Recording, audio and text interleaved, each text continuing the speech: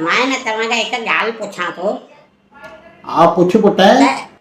त्रेता युग में राम पंहिंजे पीउ जे चवण ते वनवास कयो, इन करे उनखे हाणे पूॼियो वेंदो। ऐं द्वापर युग में हरणाकश्यप उन पंहिंजे पीउ जो चयो न मञियो, इन करे पूॼियो वेंदो आहे।